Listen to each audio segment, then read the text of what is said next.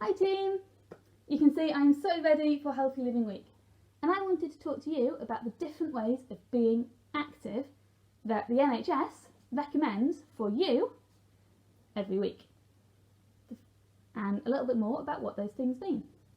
The first thing they ask you to do is 60 minutes a day, an hour a day of aerobic activity, and they also make sure you should be including in your week lots of activities that develop your strength and your bone density.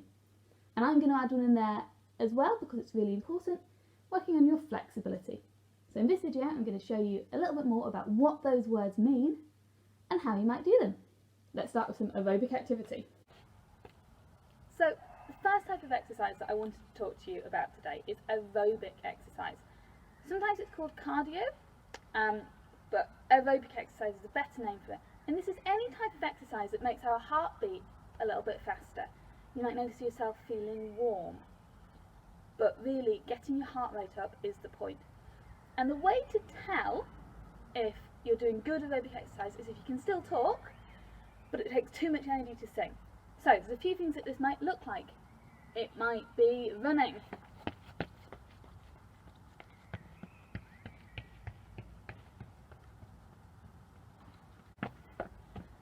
It might be cycling.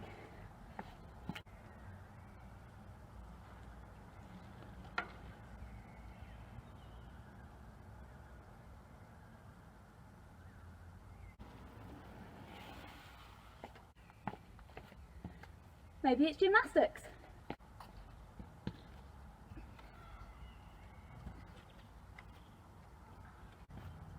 Maybe it's playing a game with your friends, because lots of these activities can be played together and you can get involved, like football or tennis or any of those sports.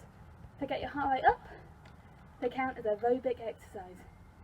And remember, you're supposed to do this for 60 minutes a day, an hour a day. That might sound like a lot, but really what you're being asked to do is an hour playing out. And I think we can manage that. Maybe it's all in 1 hour, maybe it's half an hour here and there.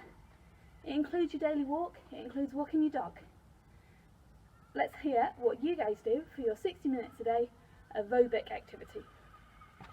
The other type of exercise that's really important to include in your week is exercise that increases your strength and your bone density. Now, the bone density I just want to talk to you about a little bit, because it's anything where there's impact. So anything where your foot hits the floor, that's going to be increasing your bone density. So jumping is really good for it, running is really good for it. It's very important to have a bit of that in your day, because then you grow up with nice strong bones and that helps you be strong as an adult. People who don't do lots of jumping about as children, by the time that they're adults, it's like too late to get that bone density up, so that's really important for you guys to include in your week. The other kinds of exercise that you can do for improving your strength, again, lots of overlap. If you're running, you're going to get stronger legs, but there are some exercises you can do that focus solely on improving your strength. And these are quite often things like sit-ups,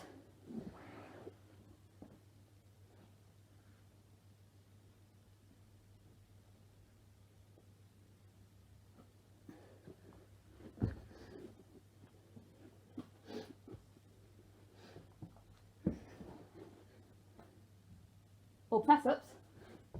I do mine on my knees because I'm not terribly strong in the arms.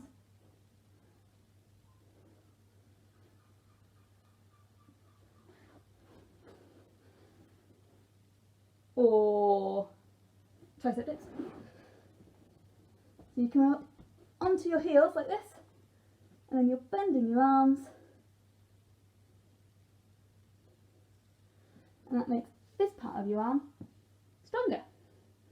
Or if you've been doing Joe Wicks, you'll have been doing a lot of squats.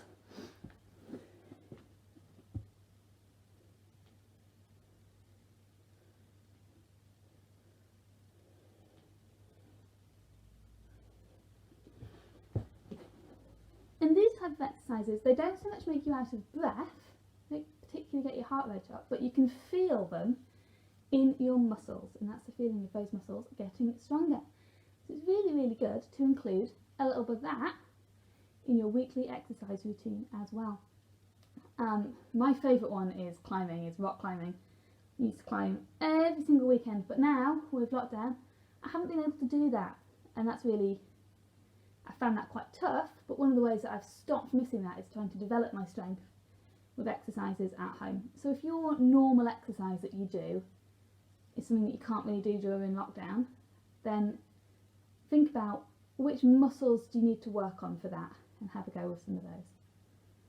Now, the last thing, got aerobic exercise, exercise that increases bone density, exercise that increases strength, and the last one is exercise that increases flexibility. And you guys are much more flexible than me by and large, but this is your stretching. So even if all you're doing every day is making sure you've touched your toes, touched the floor, then you are doing something to increase your flexibility. But there's more that you can do. Think about increasing the flexibility, particularly in your back. The better you look after your back now, the better it will look after you when you're older. I'm sure you've all heard grown-ups complaining about having a sore back. It's a really, really tough thing to live with, and putting some work into looking after your back now will make a difference. Even if all you do is a little bit in your day of cat-cow, which means stretching your back right up to the ceiling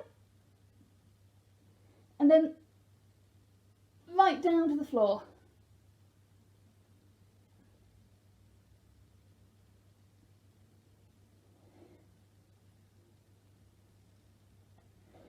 Even if all you're doing is a little bit of that every day, you are working on your flexibility, you are looking after your spine, and it will help to look after you.